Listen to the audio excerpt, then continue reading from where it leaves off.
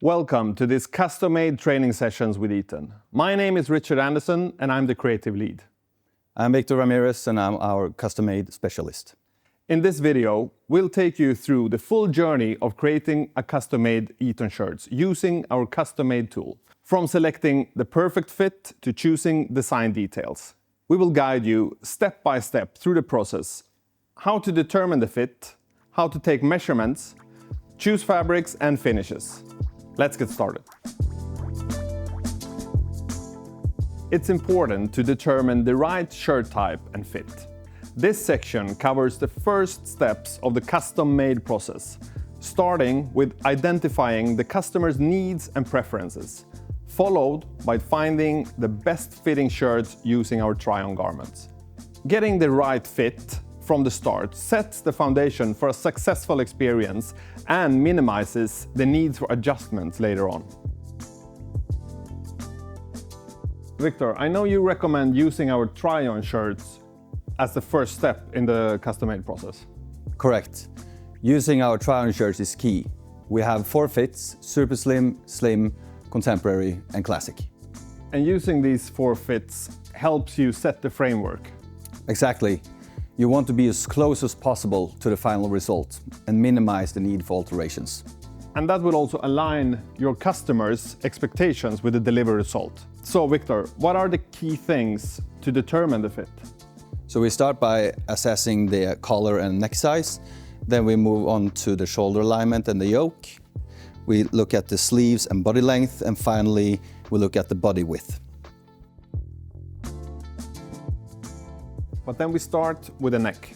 Yes, and to determine the neck size, we start by measuring the customer's neck. This will give us the collar size, but also a good indication of the body size as well. As you can see here, Melvin is a 39 collar. You can also button the collar all the way up and then place 2 fingers inside the collar to make sure it's the perfect fit. Continue with shoulder and yoke alignment. We want the shirt to sit naturally over the shoulders with the yoke ending right on top of the shoulder bone. This ensures proper posture and freedom of movement. Okay, then we are moving on to the sleeves. Yes. And here I've heard something about a bending of the arm test. Is that something you could show us? Absolutely. Ask the customer to bend the arm in front of the body. Look where the cuff aligns with the wrist. And here we can see on Melvin that the cuff is slightly short, approximately 3 centimeters. To be more precise, I like to measure the sleeves when unbuttoned and hanging freely. I want the shirt to end between the first knuckle of the thumb and the base of the thumb, right in the middle. So then we're missing, just as you said, like approximately 3.5 centimeters there. Around there.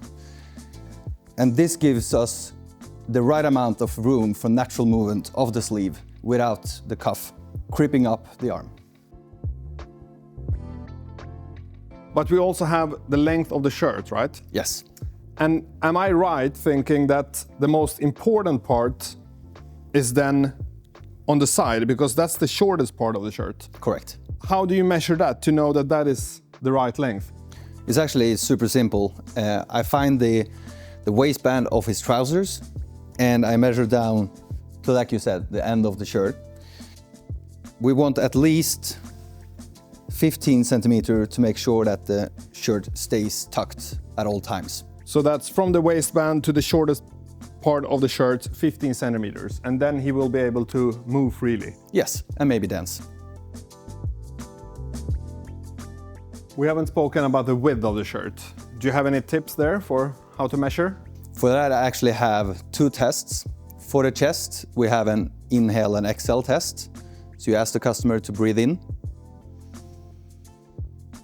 And here we want to look at the pulling of the buttons. You don't want it too tight, but some room. And then you can exhale. And for the waist of the shirt, we want the customer to sit down. Do you have a chair? I do. And then Melvin here can sit down And the same principles, we don't want the buttons to pull too much, we still want some space around the waist. If the shirt would be super tight here, what's the maximum centimeters you could alter it? We can actually make the waist 10 centimeters bigger. Good. For me. Super important. How do we pin our shirts to get the most exact result? Victor? For the sleeves, I like to use the cuff instead of being around the elbow. The reason for this is when I flip the cuff up, I get a clean line that I can follow. It makes the pinning even more easier.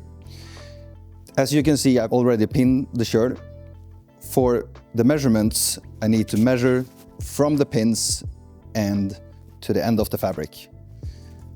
Multiply that by 2, and then you have the correct amount. Exactly, because the fabric is now doubled since you folded it up. That's why we double it with 2. Yes. So a 1 centimeter fold up is then 2 centimeters of shortening. Correct. Another reason for using the cuff, it's when you're done, you can always flip down the cuff and the customer can see the final result of the sleeve alterations. Width of the shirt. Yes. How do we do then? It's the same principle, but I like to follow the darts of the shirt. The reason is it's centered. If I only use one side or in the middle, I don't know if I'm actually in the middle. We'll probably twist the shirt as well. A little bit. So I follow the darts, I pin the shirt, and the same principle goes here when measuring how much you need to take in the waist from the pin to the end of fabric. And here it's important to know that we've done this on 2 sides. So you multiply this by 2 and another 2, because we've done double fabric and double fabric. Last alteration would be the chest. Yes. And we don't do the chest over here, right? Exactly, because over the chest or over the shoulder blades, I don't have anything to follow or something to guide me.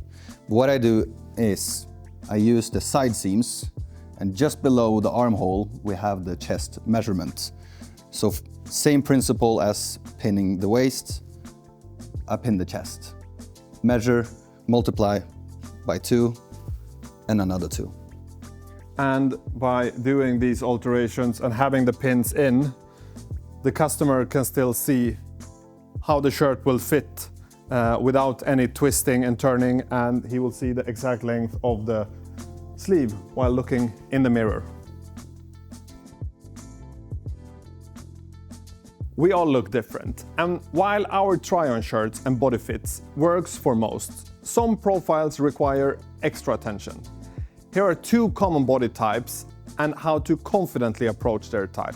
You have the athletic build, V-shaped body, broad shoulders, muscular chest and arms, and usually a narrow waist. What would you recommend for that customer? Usually I would recommend to size up. That will give him a little bit more space over chest and shoulders. Take in the waist slightly and alternate the sleeves. If even more muscular, opt for a contemporary fit, which also gives him more space over the sleeves. And we can also adjust the cuff, like we said before, to give him more space around the forearms. Second type, the full midsection. He's usually wider around the belly, often from enjoying the finer things in life. What would your plan be for him? This customer needs some more room around the waist. Usually they get too baggy around the shoulders and chest. So I will go down a size and make sure that the shoulders and chest fits him well, and then we can always add more space over the waist. So that's the opposite of the muscular guy, where you have a wide shoulder and fit it over the shoulder and take in the waist. You now size down to fit over the shoulder and you take out the waist. Correct. You can also, if you feel that the sleeve's getting too wide, go up a size in a slim fit from a contemporary and then add required alterations. I know that many of our customers wear watches and timepieces. Is that something we could adjust for? Yes, and we can actually adjust for either left side or right side. So if a customer wears a timepiece on his left wrist, we can actually make that cuff slightly bigger so the cuff can move freely around the timepiece. Okay, then we move on to the digital custom made tool. That's where you add all your design features and we will help you to place your order. You find the link to the in-store tool in the B2B. To find the tool, you go into the B2B and at the top bar you find in-store. Now we are in the in-store tool, our digital platform. If you scroll all the way down, you find the custom made tool on the left-hand side. First step is to select your shirt type. Typically a business shirt, unless the customer is looking for an evening option. Now it's time for the fun part, bringing the shirt to life. From fabric and color to buttons and personalized monogramming. Every detail is up to the customer. We have a great selection of fabrics. Ask the customer about their needs. Are they building a shirt wardrobe or just looking for a standout piece? Use the filters and search tools to narrow things down by color, fabric type, pattern or price.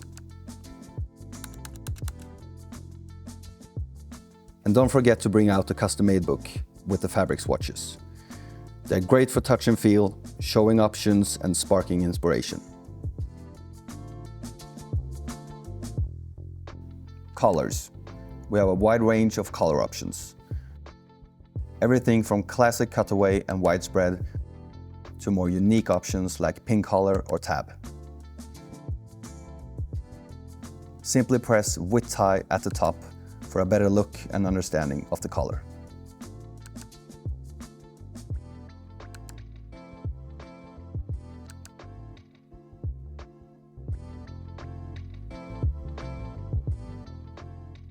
Cuffs, single or French. Both alternative comes in a cut or straight corner or with a rounded finish. We also have short sleeves.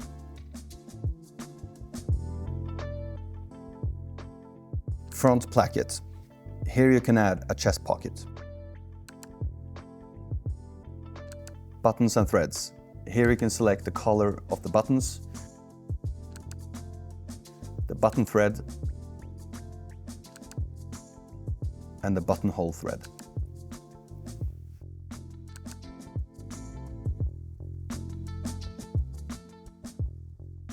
Contrasting fabrics.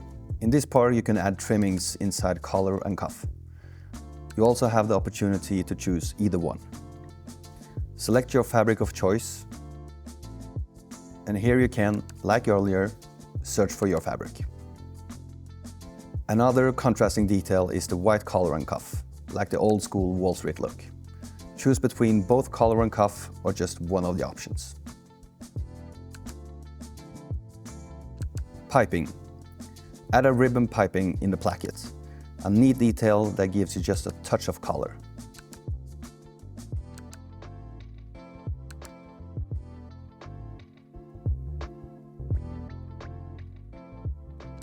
And lastly, the monogram. A personal touch. Choose between an italic or regular font, select the thread color, and add your initials. That was all for the design. Let's move on to the size. Now it's time to enter customers' measurements based on the try-on shirts. Start by selecting the fit as well as the size. Further down you will see all the alterations. Keep in mind there are adjustment limits for each area of the shirt, so use them as a guide to ensure the fit stays balanced and wearable. For sleeve length, click on the icon to the right, and now you can alternate the sleeves separately left from right. And the same goes for the cuff. Now that we are done with the design and size, we can add the shirt to the bag. In the checkout, we can now see the shirt we just created with all the size and design features. double check everything so everything is correct. If there's anything that's wrong, you can simply click Edit down to the left. This will now take you back into the system and let you adjust whatever necessary without starting from the top. The duplicate button is a great way of adding a second shirt. You can now change the fabric or other design features without starting from the top.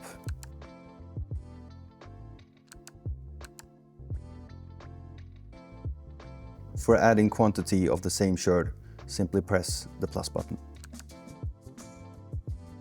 For delivery options, you can get your shirt to your store or directly to your home. The final step is to put the customer's information in and finalize the order.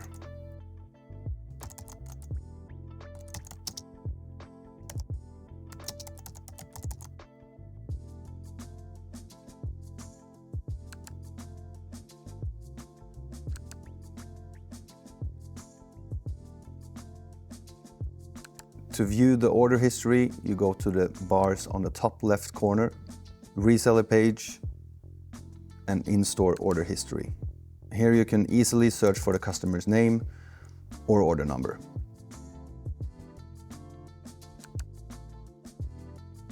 For more detailed information, click on View Details. A great function is the Open Insert Editor function. This copies the previous order into the tool. That concludes our step-by-step guide to Eton's custom-made process. We hope that you find this a valuable resource that you can easily refer back to. And for any further questions or support, please contact your closest Eton sales representative or Victor. Lastly, I encourage you to go into the tool, play around, and have fun with it. That's all from us. Thank you.